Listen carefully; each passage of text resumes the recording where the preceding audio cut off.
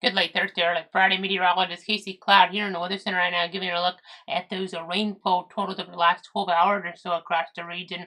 You do see, especially areas in northern Florida, some spots getting quite a bit of rainfall here and causing some problems there. Those more vulnerable spots, especially when you have more urban areas and the like, as we'll kind of zoom in here. This area in that orange color there, so almost 6 inches of rain according to the Doppler in the last 12 hours. You see northeastern parts of Putnam County between Bostwick and Hastings there. Also, as we get toward I-95, you see east of Armstrong and south of Vermont Heights, kind of telling that story for sure. And some other spots there toward north central Florida, Levy County. You see between Bronson and Archer there about 4 inches in spots, especially off just toward the northeast of Bronson, according to the estimates, which sometimes can be underdone a little bit. Around Cross City, a few inches of rain, but other spots, no rain at all. It's just kind of hit and miss sometimes. I know they had some flooding issues in Ocala as well. They're in Marion County. So, but other areas, Valdosta staying pretty dry, Albany staying pretty dry, Brunswick staying dry on that Thursday. So, this kind of interesting to see that. They're tracking things here as we're monitoring the situation as we go in toward that weekend. We'll go ahead and kind of say here the current Doppler view. I know we had some of that up toward the Gulf of Mexico a minute ago. You can see some of that tropical moisture down there off the Gulf Coast, off the Big Bend coast, and off of the Nature Coast to some degree as well. Just trying to give you an idea of what's going on there.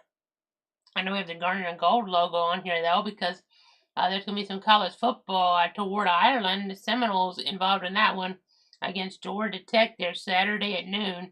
They see the temperatures around here, well, North Florida, South Georgia, we're talking about, mid upper 70s. There are some, of course, spots in South Georgia here, as we get to like Southwest Georgia, that's pretty nice around Blakely, Early County, 68 degrees. But let's go ahead and, again, just showing you the moisture in the Gulf of Mexico, and there has been a little bit of a breeze around at times. And look at some of those wind speeds, and that's always kind of interesting to assess here as we kind of give you the latest updates on everything. Just trying to let you know what we're dealing with and the like. But I know one thing I want to do here, I want to do something a little bit different actually. And what that is, we're going to go ahead and try to give you a look here over toward Ireland and the current temperature over there right now. So you see that 50-degree reading as I zoom on in. That is around Dublin, Ireland, where FSU will be playing there across the pond on Saturday. So a big game there against Georgia Tech and open the college football season. It's going to get things going as we kind of look out that way, and you can kind of see where that is. And then back at home, there's the southeastern United States, and then we're watching the Pacific as well as we kind of get a little bit away from home here tonight with the weather.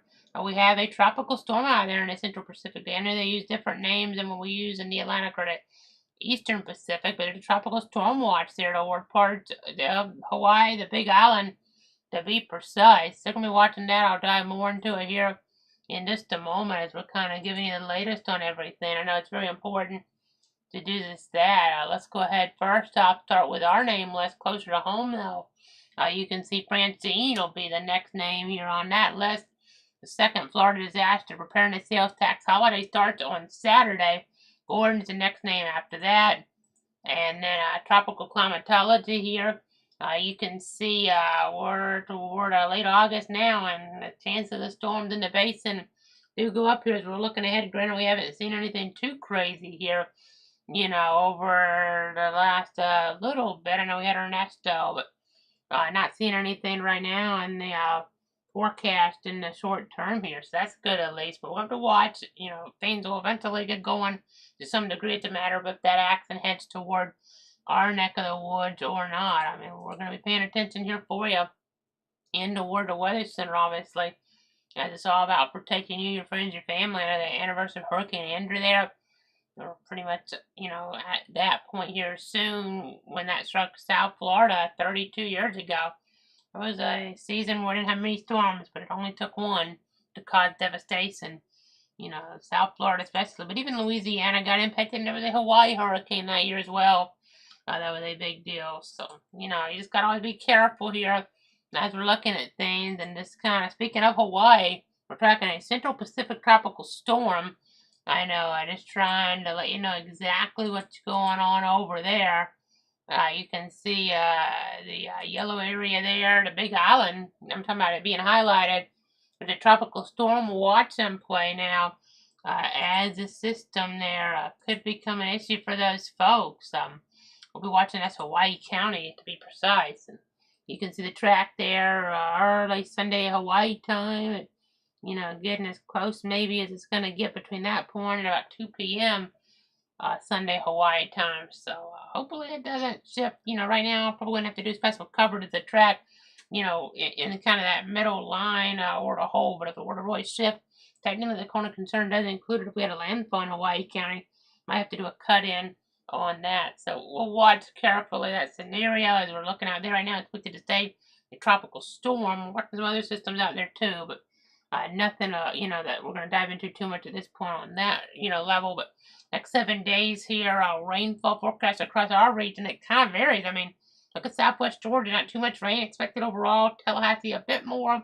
You know, you start to get towards the Shawnee River Valley, it increases, and then North Central Florida, Northeast Florida, and Southeast Georgia, especially toward like Kingsland and St.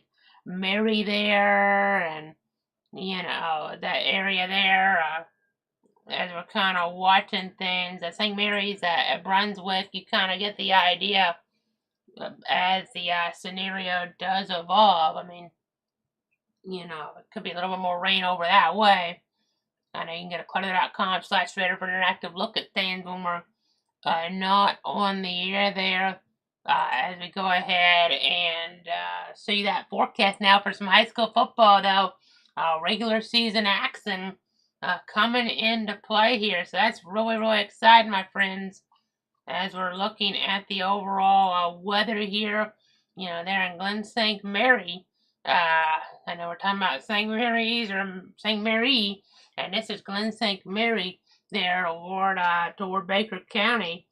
Bradford going up there. Bradford, you know, only a couple touchdowns away, and you know, and just a few more points after that, away from winning that state title there back in December in Tallahassee.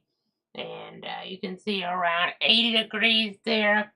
80 degrees expected, but 60% chance of rain. We'll have to watch showers and storms, a possibility. So could have some delays. Make sure you have that poncho on hand there just in case. And then I know much cooler weather down toward Ireland here. The FSU is week 0, but it's a regular season game. It counts. FSU number 10 in the country for this season in the preseason poll. But again, this is a regular season game. It's the first one in college football in 2024 season. As they'll be playing Georgia Tech. Well, the Seminoles, Yellow Jackets, ACC game. So it's going to be important in those ACC standings here. You know, because you get that automatic bid this year. It's different. FSU was unbeaten last year. I think they could have won the national title. I think they, honestly, even with Tate Rodemaker at quarterback, I think they were better than Michigan. They would have beat Michigan in my assessment. Now, Georgia, different story, even with Tate Rodemaker there and the rest of the team being available, maybe, but they did not, you know, really deserve to be in that top 4 that the Bulldogs and FSU did. It should have been there, you know, very well could have won the title, but it's a different season, as you can tell by my prediction, and this team has a lot to prove. Everybody does. I mean, it's the first game of the year, whole different team, and, you know, that was one of the best teams, you know, we've seen in college football in the last several years, and that does not take away, you know, my prediction here that I'm showing you, FSU barely winning on Saturday, does not take away, you know, from how deserving that team was of being in the college football playoff. I know they should have been there, they earned their right, and they did not get there. You know, they had that 0 in the loss column, should have been there, but this team's different. That's not sure about, you know, the team at this point. I mean, the new quarterback there, coming in, you know, from Oregon State and Clemson before that. He was all right. He was okay. He just got some more, you know, more abilities to prove here in 2024. And we're talking about, and I'm trying to get this right. I think we've had a few years of practice that they might not get it, but DJ Uyunglele, there for the Seminoles, the Seminole Signal car here in 2024. That's him coming in, and right now, upper 50s for the high, during the game at least, I guess you could call it. And, they're going to be 5 p.m. Ireland time when it starts, and then 50% chance of rain there is what I'm going with. So much cooler here, so definitely those light jackets needed there. But FSU have them barely winning, but Haynes Keene for Georgia Tech, I mean, he was a very highly, I mean, so was DJ Uyunglele, but both of them highly touted at a high school. But Haynes Keene was really doing well there. Last year seemed like he was getting things going, and they're going to be really, really competitive in a sloppy game. You just never know with, two, teams. I mean, keep in mind, I mean, he's been with them, and our quarterback hasn't been with this group, for a whole, whole year or two, give or take, depending on how you want to count the off season and the like. So it could very well go Georgia Tech's way. And with that college football playoff, it's a whole different thing, I mean, look at Clemson last year. They lost against Duke. Their season was pretty much over after that first game. Season's not over if you lose this game. If you're FSU, granted, you would probably plummet in the rankings if, you wouldn't even be in the rankings if you lost the next week to Boston College when those first full rankings come out. But after they don't come out after week 0. But the point is, I mean, you wouldn't be in them if you lost both of those. If you lost the first one, the second, you may still barely be in those rankings, and the season's not quite over because it's a 12-team playoff now instead of a 14 playoff, and you get that automatic bid. When you run the table, odds are you're going to still be in the playoffs. So it's very complicated compared to what we've seen in the past, but there will be more opportunities here this season. I mean, going to be some tough games though for the Noles. I mean, think of going to SMU there. I know people might laugh, but they're a really tough team. Their quarterback really good. Memphis, they're coming into town here. Maybe the best group of 5 team. They might be in the college football playoff there coming up. I mean, you have Clemson, of course, and Miami. They have the highly touted transfer coming in.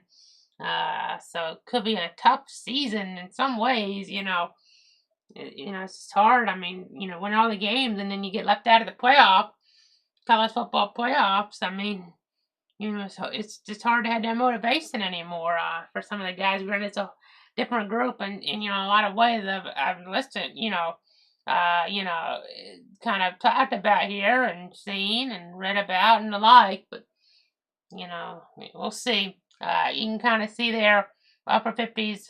50% chance of rain. That's where we're going with. Of course, we're always on top of things for our 62 counties here. We're in Bradford County. Of course, we have Leon County. There we have Duval County. And many others that we're on for. We're on for all tornado warning storms we've been through almost the last 5 years now. And then as we go ahead and see now that extended forecast, 60% chance of rain here locally on that Friday. By the way, not locally, but new advisory out on that tropical storm for Hawaii, potentially 40-mile-an-hour winds still. So barometric pressure at 1,000 millibars. But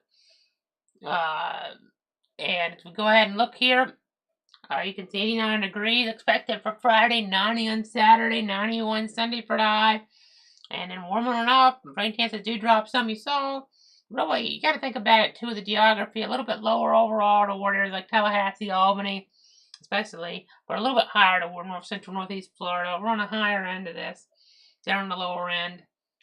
You can see temperatures will be getting above average again as we look ahead later next week. About average right now with those rain chances being around, in some ways you could say slightly below maybe. I know we had some of that here last weekend at 63 degrees east of start. That was a nice taste of some cool air, but I know also been watching some severe weather in the north central part of the country as we look ahead. So that'll be something to keep our eyes on here. That'll be something to keep our eyes on as we watch the overall scenario.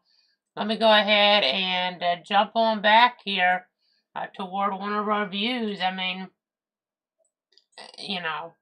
one of our local views of things here. And you can see some storms in the Gulf now, but as we kind of look, I know Let me zoom on out. We'll look up here to where this part of the country, I don't have a graphic for it, but as we look there, day 4, which is going to be Sunday, a severe threat for Aberdeen, South Dakota, Grand Forks, North Dakota, and then on Monday, a threat there toward Minneapolis, Minnesota, Sioux Falls, South Dakota, and La Crosse, Wisconsin. Pretty far out for that, so gonna be monitoring things. Looking like large hail, severe gusts will be the biggest concern at this point, but still, to see that in the outlooks as far out is intriguing. And no, at least as we get back to home, though, we don't have to worry necessarily. As we're kind of tracking the things around our region. At least we're not seeing a situation where we have any tropical development expected in the Atlantic Basin over the next 7 days. I know that FSU game be interesting to watch on Saturday there, in Dublin, Ireland, another conference mate, SMU getting things going there, at Nevada. That'll be intriguing as well to see how they do here as we're watching the overall scenario. But that's going to do it for now. Thanks so much for tuning in and trusting me. Of course, we're always posting stuff as needed on Facebook and on Twitter/X as well when we don't have to actually come on. I know that's what we did with those warnings there. They said thunderstorm warnings on that Thursday. And, even talking about Ocala, and they ended up having some, issues there, some flooding in spots, and then even a little bit of wind damage as well. So, gotta just always be cautious, always gotta be careful. We're going to always watch stuff for you here, and if we need to be on with live coverage, we're streaming on the different platforms, and, that's obviously going to be the case in all tornado warnings, and then it depends on the thunderstorm warnings, how they're kind of setting up. I know we were on Sunday night because we just had so much going on in South Georgia with, more concern there being realized. So just always watching things. We'll be here as needed for now. You have a great night. Stay safe out there. Enjoy that weekend. Go Noles. And we'll be back here as warranted. If we're not back, before Tuesday night, we'll be back then with another full report from the Weather Center here, located in Bradford County, Florida.